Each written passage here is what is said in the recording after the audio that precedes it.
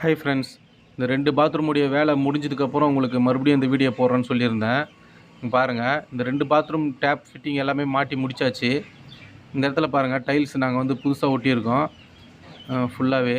இது எதனால் வந்து இதுமாரி ஒட்டியிருக்கோன்னா, இதுக்கான வீடியோ வந்து சேனலில் இருக்குது. 2 வீடியோக்கு முன்னாடி இருக்கும், போய் பாருங்கள்.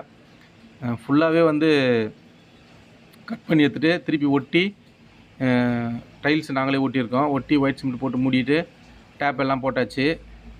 இந்த பாத்ரூமும் போட்டாச்சு. அந்த பாத்ரூமும் அதேமாரி கட் பண்ணி எடுத்து அதேமாரி ஒட்டி அதுவும் டைல்ஸ் ஒட்டி மறுபடியும் டேப்லாம் போட்டாச்சு. இப்போ தண்ணி வந்து கரெக்டாக வருது, எங்கேயும் லீக் ஆகலை.